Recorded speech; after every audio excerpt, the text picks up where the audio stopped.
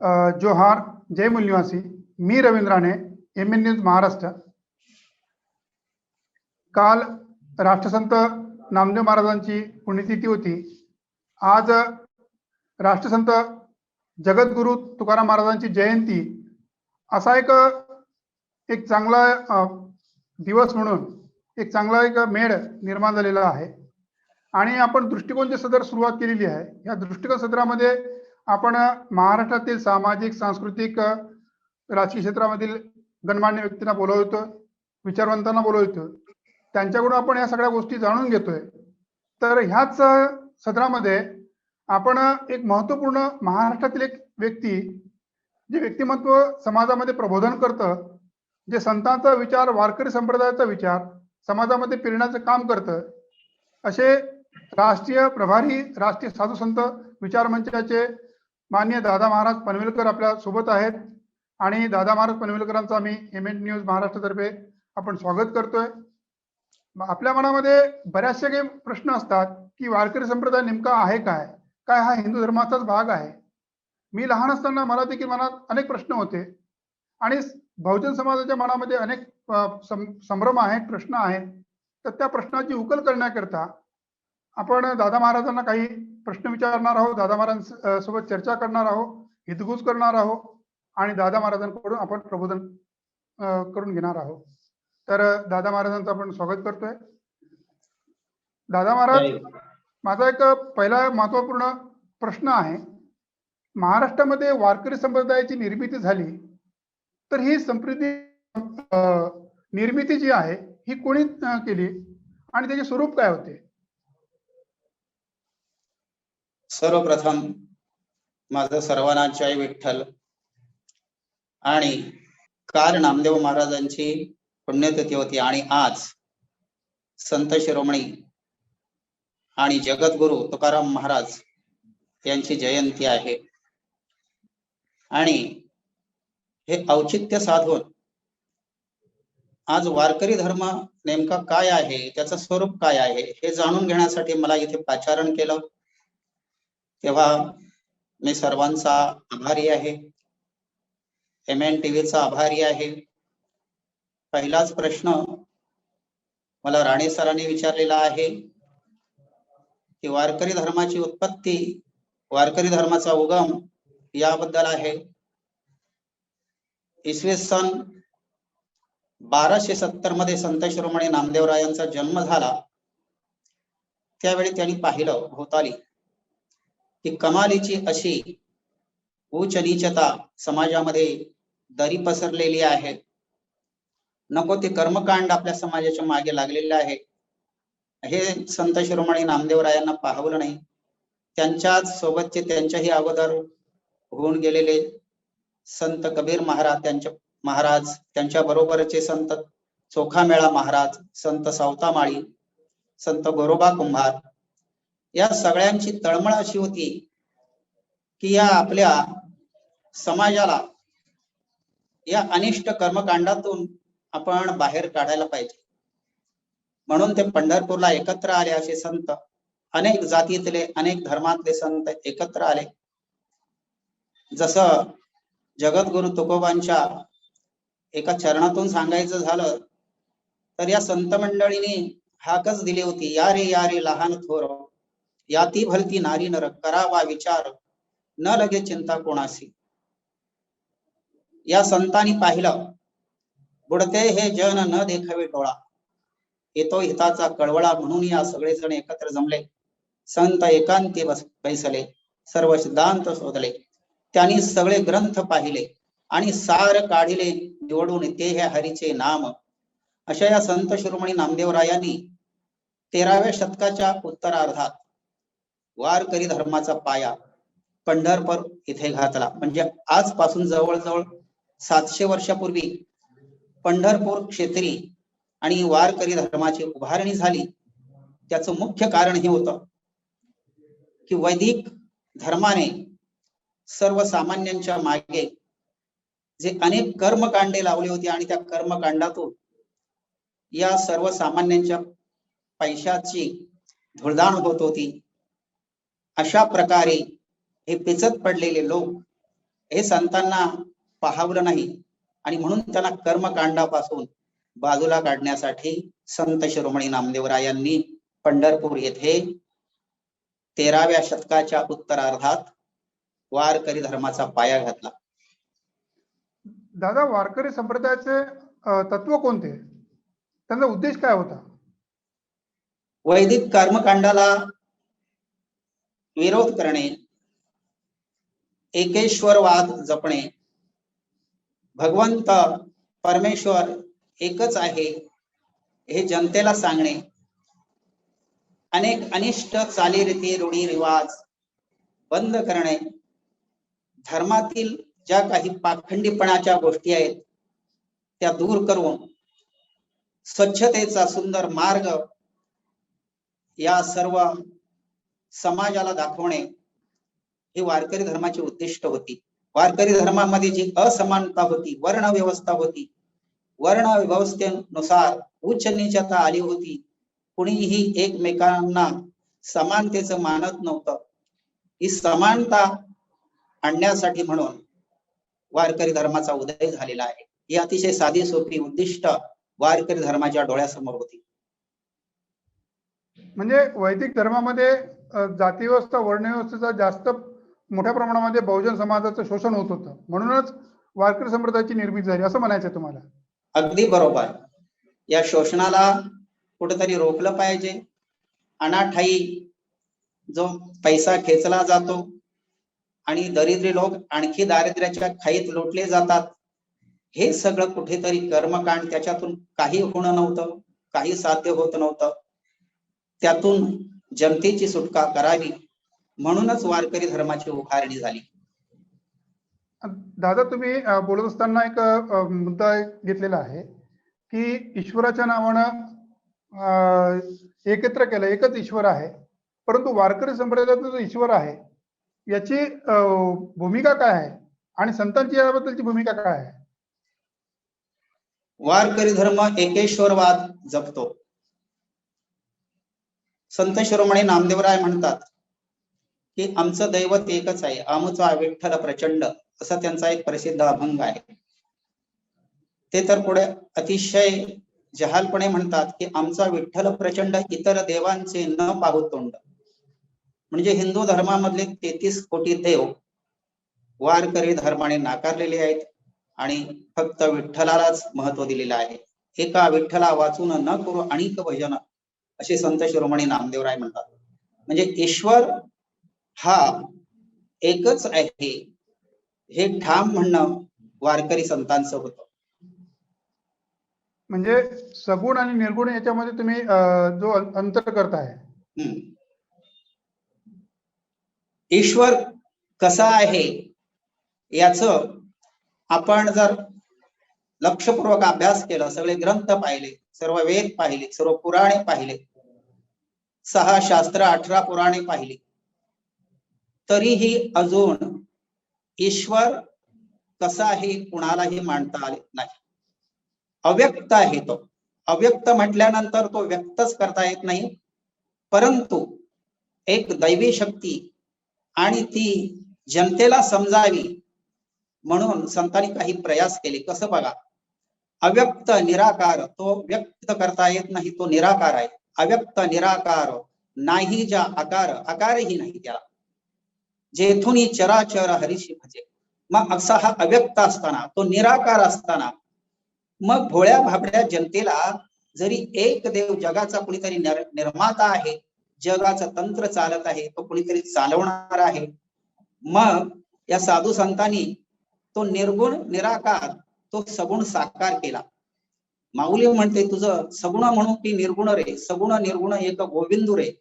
हे का आणलं तर भोळ्या बाबड्या जनतेला निर्गुण निराकार स्वरूप पटवून देणं, असा ईश्वर निराकारी अव्यक्त ईश्वर पटवून देणं हे फारच मोठं काम होतं किंवा ते कठीण काम होतं. ते सोपं करण्यासाठी निर्गुण निराकाराला आणि संत मंडळीने सगुण साकार केलं. आपल्या समाजाला ज्ञानाचा काही ठाव नव्हता, नाही शिक्षणाचा काहीच ठाव नव्हता. शिक्षणापासून बहुजन समाज वंचित होता. शिक्षणच नाही तर ज्ञान कुठून येणार. जनतेला जागरूक करायचं असेल तर ज्ञान पहिल्यांदा आलं पाहिजे. म्हणून त्यांनी एक ज्ञानाचा आकार निर्माण केला. वी म्हणजे ज्ञान आणि ठोबा म्हणजे आकार. वीचा ठोबा केला, तो विठोबा म्हणजे ज्ञानाचा आकार आपल्या जनतेसमोर आणला. त्यांना हा ज्ञानाचा आकार असलेला विठोबा दाखवला, ज्ञानाचं स्वरूप असलेला विठोबा दाखवला. तुमचा माईक बंद झालाय. हा तो निर्गुण निराकार आहे, अव्यक्त आहे. मग तुम्ही म्हणाल अव्यक्त असताना हे अशी जी दैवत निर्माण झाली, कुणाला 4 तोंड, कुणाला 5 तोंड, कुणाला 10 तोंड दाखवली, कुणाला 4 भुजा दाखवल्या, कुणाला 8 भुजा दाखवल्या. ह्या फक्त कल्पना आहे, प्रत्येकाचा कल्पना विलास आहे. नाहीतर आपण अगदी उच्च प्रतीने पाहायला गेलो तर तो ईश्वर अव्यक्त आहे, निराकार आहे. पण संतांनी त्यांच्या भाषेतून, त्यांच्या अभंगातून, त्यांच्या वाणीतून ईश्वराचं सोपं स्वरूप समाजाला दाखवून दिलेलं आहे. राष्ट्रपिता ज्योतिराव फुले सुद्धा निर्मिक ही संकल्पना मांडतात, यातून संकल्पना मांडतात. हा, कोणती? निर्मिक. बरोबर आहे. सगळ्यांनी, सगळ्या जगासाठी हे जग एवढं आहे की आपले 12 सूर्य माला आहेत असं म्हणतात. ही एकच आहे का? मग ज्योतिराव फुल्यांची जी संकल्पना आहे आणि संतांनी जी संकल्पना मांडली ही एकच आहे का? अगदी तंतोतंत जुळणारी आहे. फक्त निर्मिक म्हटलं, कुणीतरी निर्माता आहे. निर्मात्याला फक्त कुणी देव म्हणतं, कुणी अल्लाह म्हणतं, कुणी येशू म्हणतं, अशी ही वेगळी वेगळी नावे दिलेली आहे. पण निर्मिक ही संकल्पना कुणीही नाकारू शकत नाही. दादा, तुम्ही जे सांगितलं की संतांनी वर्ण व्यवस्था, जाती व्यवस्था, कर्मकांड यांच्यावर प्रहार केलेत, तर हा जो संत आंदोलनातला जो विद्रोह आहे हा संत साहित्यामध्ये कशा कशा पद्धतीने प्रगट झालेला आहे? संतांनी या सर्व कर्मकांडावर प्रहार करताना तो शांततेच्या मार्गाने केलेला आहे, बौद्ध विचारधारेच्या मार्गाने केलेला आहे. थोडीशी सांगायचं विसरलं की आम्ही संत विठ्ठलामध्ये बौद्ध स्वरूप पाहतो. नव्हे, सगळेच वारकऱ्यांना विचारले की 9वा अवतार बौद्ध कोण आहे, तर ते विठ्ठल दैवत आहे असं म्हटलं जातं फक्त. पण विठ्ठल या दैवतामध्ये आम्ही बौद्धाची शिकवण पाहतो. हजारो वर्षापासून नामदेवांनी, संतांनी बुद्धांची विचारधारा या वारकरी धर्माच्या मार्गाने पुढे आणली. सर्वांना समानता, स्वातंत्र्यता, न्याय, बंधुभाव हा विचार संतांनी प्रेरित केला. आणि आता तुम्ही मगाशी मला विचारलं, थोडासा तो रिपीट करा प्रश्न तुमचा. कुठला? आता मगाशी मला विचारलं तुम्ही. तर हा जो वर्ण व्यवस्था, जाती व्यवस्था, कर्मकांड, तर याचं संत साहित्यामध्ये कुठे प्रतिबिंब होतो का? उमटतं का? उल्लेख आहे. संत जाती भेद मानत नाही, वारकरी धर्म जाती भेद मानत नाही. मगाशी मी संत जगद्गुरु तुकोबांचा एक अभंगाचा चरण सांगितलं, यारे यारे लहान थोर. म्हणजे इथे भेदाभेद नाही आहे, कुणी आहे उच्च असा नीच असा, यारे यारे लहान थोर, याती भलती. यातीच म्हणजे जाती. यातीचा शुद्ध अर्थ मराठीमध्ये आहे जाती. याती भलती, तुमची जाती कोणतीही भलती असो, तुम्ही महार, मांग, चांभार म्हणजे त्या 700 वर्षापूर्वीच्या अगदी नगण्य गणल्या जाणाऱ्या जाती, ज्यांना कोणी स्पर्श त्यांचा भेद नव्हता, अशा सर्व याती भलती. नारी ही या म्हणजे तुम्ही माता भगिनी या, नारी नर म्हणजे संतांनी सर्वांना बोलावलं, सर्व जातीतल्या लोकांना बोलावलं. म्हणजे त्यांना जाती भेद मान्य नव्हता. कारण आमचा भगवंतच असा आहे की समचरण, एकच फक्त आमचं दैवत असं समचरण, समदृष्टी आहे. समचरण दृष्टी विटेवरी साजिरी, असा आमचा भगवंताची मूर्ती आहे. म्हणजे आमच्या भगवंताजवळ भेदभाव नाही आहे, सगळ्यांशी येते आहे अधिकार. म्हणजे संतांची जी प्रमाण आहेत ती जशी वर्ण धर्मामध्ये फक्त सर्वात उच्च ब्राह्मण आहे आणि पूर्वी महात्मा फुलेंच्या अगोदरचा काळ घेतला तरी शिक्षणाचा अधिकार ब्राह्मणांकडे, त्यांच्याकडे शस्त्र बाळगण्याचा अधिकार, त्यांच्याकडे संपत्ती ठेवण्याचा अधिकार, नंतर क्षत्रियांकडे. नाही दादा, माझा जो प्रश्न आहे त्या प्रश्नावर आपण आलो पाहिजे. तुम्ही जे सांगताय की संतांचे जे काही वचन आहेत किंवा अभंग आहेत हे संस्कृत काही मध्ये दिसत वचन नाही. आपण पाहूया. नाही, ही वचनं जी आहेत ही वचनं संस्कृत मध्ये दिसत नाहीत. त्यांनी प्राकृत भाषेचा का वापर करावा? प्राकृत भाषा सगळ्यांना सोपी जावी, सर्व समाजाला सोपी जावी, मराठीला थोडीशी जवळ येणारी अशी ती जवळजवळ मराठी सारखीच ती भाषा आहे. आणि जर आपण प्राकृत भाषेमध्ये सर्व जर काही अभंग निर्मिती केली, काही साहित्य निर्मिती केली तर ती समाजाला चांगल्या प्रकारे कळून येईल. म्हणून प्राकृत भाषेमध्ये मराठीमध्ये अभंग रचना संतांनी केल्या. त्यांनी संस्कृत भाषा निवडली नाही, कारण संस्कृत ही फक्त ब्राह्मणांपुरतीच मर्यादित राहिली होती. इतर समाजाला, शूद्रांना शिक्षणापासून वंचित ठेवले होते. त्यांना साधं प्राकृत सुद्धा समजणं थोडस कठीण होतं, तर संस्कृत कुठून समजेल? म्हणून संतांनी नाही, ब्राह्मण ज्या पद्धतीनं किंवा धर्मपंडित जे म्हणतात की संस्कृत ही देवभाषा होती, प्राचीन भाषा होती, सर्वात जास्त बोलली जात होती. मग तुम्ही म्हणता की प्राकृत भाषा ही जनभाषा होती, लोकभाषा होती. मग हा खोटा प्रचार आहे का? बिलकुल खोटा आहे, कारण संस्कृतचं ज्ञान फक्त आणि फक्त ब्राह्मणांपुरतच त्यांनी मर्यादित ठेवलं होतं. आणि त्यांनी संस्कृत भाषेत लिहिलेले ग्रंथ सगळे, त्याच्यामध्ये काय घालमेल केलेली आहे, त्याच्यामध्ये काय विचार आहे, हे सर्वसामान्य जनतेला कळू नये म्हणून त्यांना संस्कृत शिकण्याचा अधिकार नव्हता. नुसतं संस्कृत पाहिलं तरी डोळे फोडले जायचे. थोडस उदाहरण सांगतो. या काही गोष्टी राजे संभाजी महाराजांकडून झाल्या, त्या अन्वये त्यांना शिक्षा देण्यात आल्या. म्हणून संस्कृतचा अधिकार सर्वसामान्य लोकांना नव्हता. दादा, बऱ्याचदा संत साहित्य थोडंफार वाचण्यात येतं.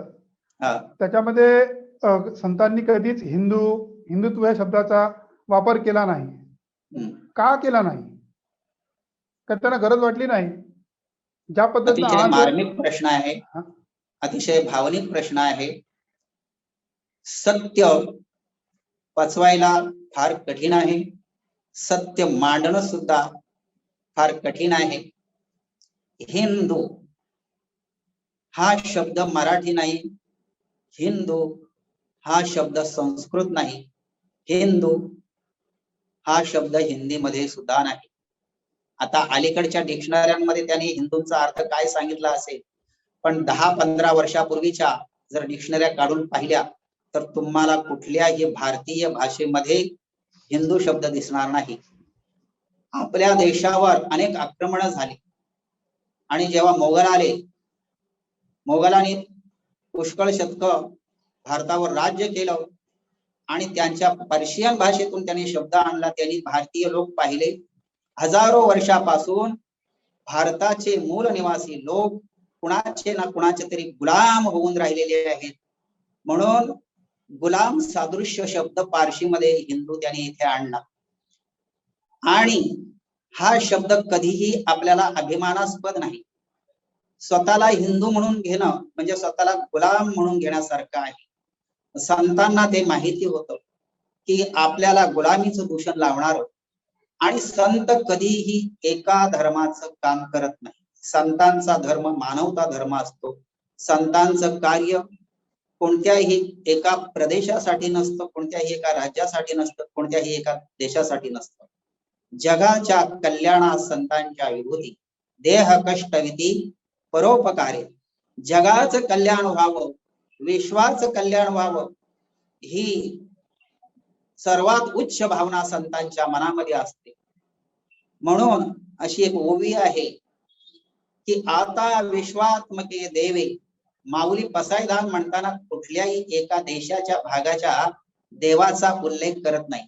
आता विश्वात्मके देवे म्हणजे विश्वामध्ये जेवढे म्हणून लोक आहेत ते ज्या ज्या देवांना मानतात त्या विश्वात्मक देवाला माऊली प्रार्थना करते आणि मग पसायदान मांडते आहे.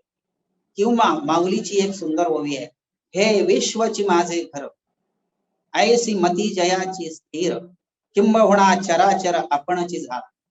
म्हणजे संतांचं येणं असतं, हे संतांचं येणं कुठल्याही एका धर्मापुरतं मर्यादित नाही आहे.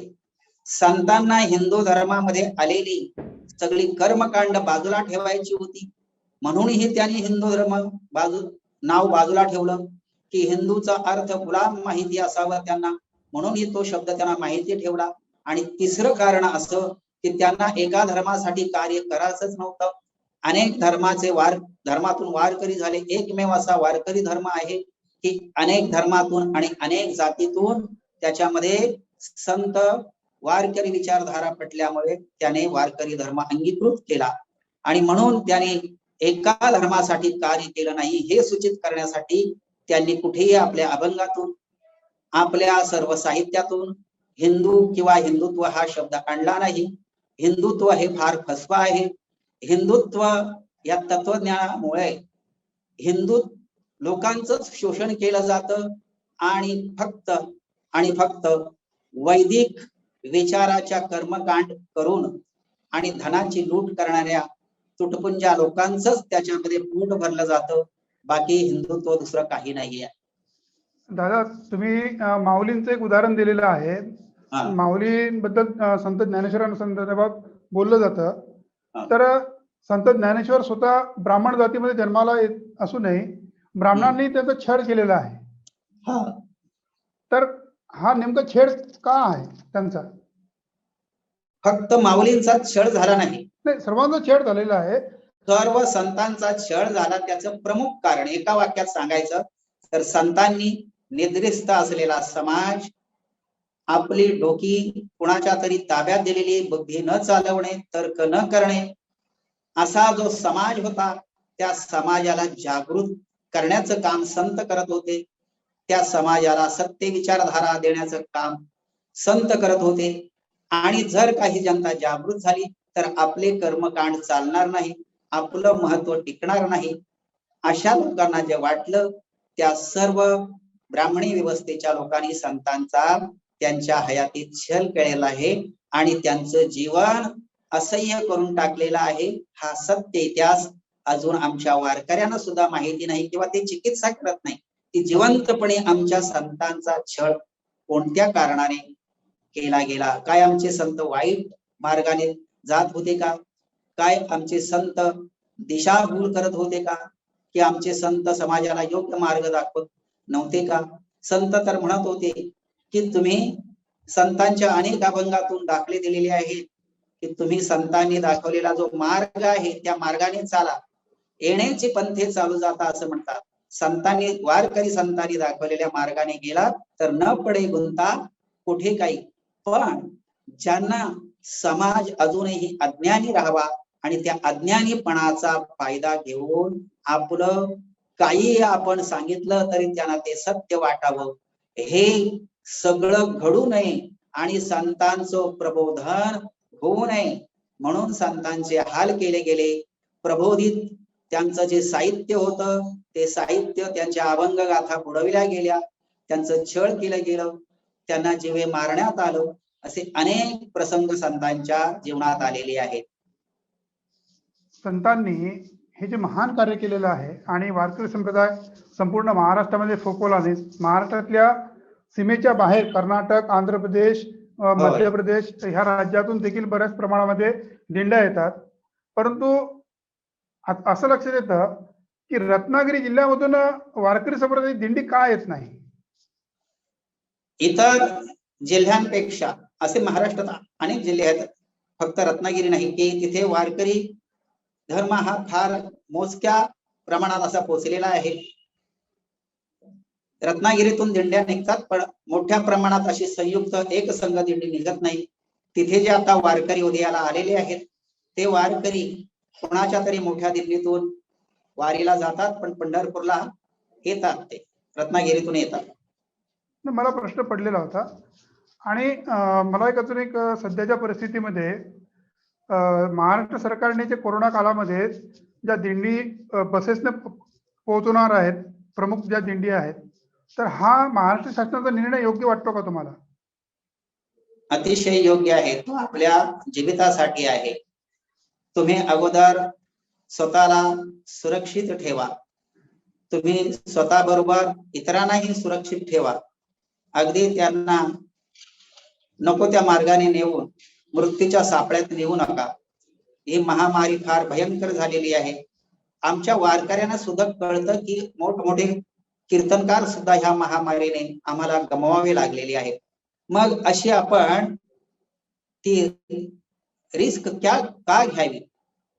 मला तर असं वाटतं की जर आमच्या वारकऱ्यांना समजलं असतं की ठाई ठाई सगळं विठ्ठल भरलेला आहे. म्हणताना आम्ही म्हणतो आमचे सगळे वारकरी की आमचं दैवत सगळीकडे आहे. विठ्ठल जळी स्थळी भरला, रीता ठाव नाही उरला, असं फक्त आमचं वारकरी म्हणतात. मग जर आपला विठ्ठल सगळीकडे आहे, तो चराचर व्यापून आहे, पंढरपुराला प्रातिनिधिक स्वरूप असलं तरी आपण आहोत तिथेही विठ्ठल आहे. नाही नाही याच्या पुढे असं संत म्हणतात की काया ही पंढरी आत्मा पांडुरंग, आपला देह हीच पंढरी आहे. अरे तुमच्या जवळ देव आहे, तुझे आहे तुझं पाशी परी तू जागा चुकलाशी, अशी गत झालेली आहे. मग आता जे वारकरी गळा काढत आहेत त्यांना थोडस स्पष्ट बोलण्याचा राग येईल, पण बोलतो की तुम्हाला जर कळालं असतं की पंढरीची वारी आहे माझी घरी, असं जगद्गुरूंचं म्हणणं तुम्हाला जर पटलं असतं तर तुम्ही असा वेडेपणा करता नाही. ह्यांची स्वतःची बुद्धी स्वतःच्या ताब्यात नाही, म्हणून हिंदू आहेत ते, खरंच हिंदू आहेत. त्यांची बुद्धी कुणाच्या तरी ताब्यात आहे. संतांचे सत्य विचार जर त्यांच्या पुढे असते तर त्यांनी होऊन जनतेला सांगितलं असतं की आपला देव आहे, आपल्या जवळ आहे, आपल्या गावातल्या मंदिरात सुद्धा आहे. मग दिंड्या काढण्याचं तरी सरकारने प्रातिनिधिक स्वरूपात दिंड्या काढायला मुभा दिलेली आहे. ते सर्व नियम पाळून, कशासाठी नियम पाळायचे तर स्वतःसाठी आणि इतरांसाठी. आपण जिवंत राहिलो तर आपल्याला भविष्यातही हे प्रबोधनाचं कार्य अतिशय सुंदर पद्धतीने करता येईल, यासाठी सरकारचा हा निर्णय आहे. नाहीतर आपण पाहिलं थोडस की ज्यावेळी कुंभमेळा जसा भरला आणि मग तिथून रोगाची लागण झाली आणि गंगा प्रेताने भरून वाहू लागली, कशाचा परिणाम झाला तो अगदी कुंभमेळ्याचा परिणाम झाला. त्यावेळी सरकारने मोठ्या प्रमाणात आव्हान केलं, आपलं जीवित आपल्या हातात आहे. भगवंत म्हणतो तुम्ही जर सुंदर स्वच्छ विचाराने वागलात तर तुमचं रक्षण आहे, तुमचं रक्षण तुमच्या हातात आहे. तुम्ही चांगला प्रयत्न करा, मी तुमच्या पाठीशी आहे. यत्न तोची देव जाणावा, हे वारकऱ्यांना कळत नाही. आणि असं ज्यांना फक्त विठोबा रुक्माई किंवा ज्ञानबा तुकाराम गजर करतात, पण माऊलीने काय सांगितलं, जगद्गुरूने काय सांगितलं, हे आजच्या काळामध्ये तरी त्याची समीक्षा करून योग्य ते मार्गदर्शन समाजाला केलं पाहिजे. यांना कुणीतरी भडकवतं हे निश्चित आहे, 100% निश्चित आहे. कुणीतरी भडकवतं. कसं झालेलं आहे महाराष्ट्रात की काही सत्तेपासून दूर राहिलेले आहेत, तळमळत आहेत. मग काय करायचं? मग जनतेला असं मिसगाईड करायचं आणि वारकऱ्यांना बोलायला लावायचं. पण हे कळायला पाहिजे दादा, वारकरी बंधूंना हे कळायला पाहिजे की आपल्या संतांच्या विचारावर ठाम राहूया. संतांनी सांगितले ना की आपला भगवंत चराचरामध्ये आहे. मग आपण कोरोना जोपर्यंत अगदी 100% बाहेर जात नाही, आपण त्याच्यापासून पूर्णपणे मुक्त होत नाही, तोपर्यंत आपण ही बंधनं आपल्यासाठी पाळायला पाहिजे, असा सरकारचा अट्टास आहे, दुसरं काही नाही. दादा, माझा एक तुम्हाला शेवटचा एक प्रश्न आहे की तुमचं जे एक संघटन आहे राष्ट्रीय साधू संत विचार मंच, त्याचे तुम्ही राष्ट्रीय प्रभारी आहात, तर त्यांचे म्हणजे आता सध्या कोरोना काळामध्ये गेल्या 1-1.5 वर्षापासून सर्व कार्यक्रम बंद असतील, तर तुमचा ह्या संदर्भामध्ये समाजामध्ये प्रबोधन करण्याचा काही कार्यक्रम आहे, चालतो काय? जरूर जरूर. असे तुम्ही जशी मुलाखत घेत आहात तसे गेल्या वर्षापासून माझ्या 5-6 मुलाखती झाल्या. असं ऑनलाईन घेतो. जसं भारतभर म्हणजे राष्ट्रीय संघटन, जसं राष्ट्रीय साधू संत विचार मंच आहे, तसं महाराष्ट्रामध्ये राष्ट्रीय मूळनिवासी साधू संत महासंघ आहे. मी त्याचा राज्याचा अध्यक्ष आहे. महाराष्ट्राचा अध्यक्षपद माझ्याकडे आहे. आणि मग आम्ही असं ऑनलाईन किंवा जसं आपलं आता माध्यम आपण वापरतो आहोत, अशा माध्यमातून समाजाचं प्रबोधन हे वेळोवेळी आम्ही करत असतो. दिंडी, पायी दिंडी कशी घ्यावी, प्रातिनिधिक स्वरूपात गेलो तरी मग आपण बंधनं कशी पाळावी, हे मी मागच्या आठवड्यातच मार्गदर्शन केलेलं आहे. चांगली गोष्ट आहे. अनेकांनी त्याचं स्वागत केलेलं आहे. फक्त आमचा वारकरी जोपर्यंत सच्चा वारकरी होत नाही आणि नाही, तो सच्चा वारकरी जो आपण जे सांगितलेला आहे की संतांनी वर्णव्यवस्था, जाती व्यवस्था, कर्मकांड याबद्दल विचार मांडलेला आहे, समतेचा विचार मांडलेला आहे. काय हा आजचा वारकरी समतेचा विचार रुजवतोय? त्याची भूमिका काय आहे आज? अगदी मनाला लागणारा प्रश्न विचारला. रुजवतोय असं म्हणताच येत नाही, कारण अनेक वारकरी, तुम्ही पहिला दुसरा प्रश्न विचारला होता की हिंदू शब्द का नाही, त्याचं कारण मला माहिती असलेलं सांगितलं. गर्व से कहो हम हिंदू आहे असं म्हणण्याचं हे वाक्य नाही आहे. आमचा मूळ धर्म जो कर्मकांडाने बरबटलेला होता त्याला वारकरी धर्म पर्याय दिला साधू संतांनी. आणि या धर्मामध्ये समता, स्वातंत्र्य, बंधुता सगळं काही आहे. वारकऱ्यांनी प्रथम आपल्या संत साहित्याचा अभ्यास केला पाहिजे. काही विद्रोही अभंग समाजाला आजच्या काळामध्ये पटवून सांगण्यासारखे कोणते अभंग आहेत, हे अभंग आज आमच्या कीर्तनकारांनी, प्रवचनकारांनी घेऊन समाजाला योग्य प्रबोधन केलं पाहिजे, मार्गदर्शन केलं पाहिजे. जगद्गुरु तुकोबांच्या गाथेमध्ये असे कितीतरी अभंग आहेत.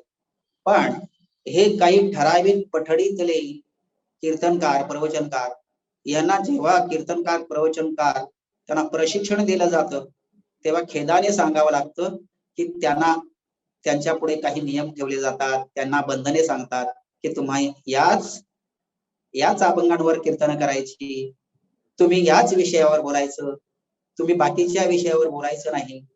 तुम्हाला माहिती आहे राणे साहेब, तुम्ही सुद्धा कीर्तन ऐकली असतील, आजच्या कीर्तनकारांच्या तोंडी गाडगेबाबांचं नावच येत नाही. बरोबर. छत्रपती आता सांगायला लागले, पण तो छत्रपतीचा सत्य इतिहास बाजूला राहतो, नको तो इतिहास येतो. वारकऱ्यांनी काय सांगावं की समाजामध्ये शांतता नांदे, समाजामध्ये बंधुभाव नांदे, समाजामध्ये समता येईल, समाजामध्ये शांतीचे मळे फुलतील. असा समाज घडवला तर आपलं राष्ट्र सुद्धा प्रगतीच्या पथावर येईल, हे वारकऱ्यांनी समजायला पाहिजे.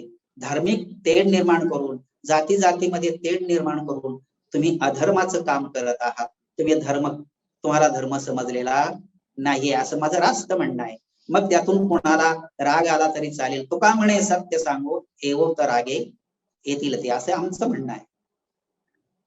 आज संत साहित्य संदर्भामध्ये, वारकरी संप्रदाय संदर्भामध्ये आपल्या MN न्यूज महाराष्ट्रकरता राष्ट्रीय साधू संत विचार मंचाचे राष्ट्रीय प्रभारी दादा महाराज पनवेलकर आलेत.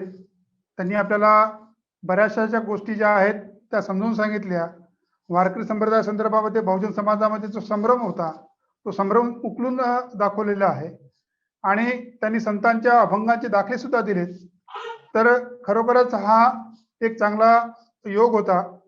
दुग्ध शर्करा योग म्हणावा असा योग होता आणि दादानी तो चांगल्या पद्धतीने आम्हाला समजून सांगितला आहे. तर दादा महाराज पनवेलकरांचा आम्ही आभार मानतोय. धन्यवाद.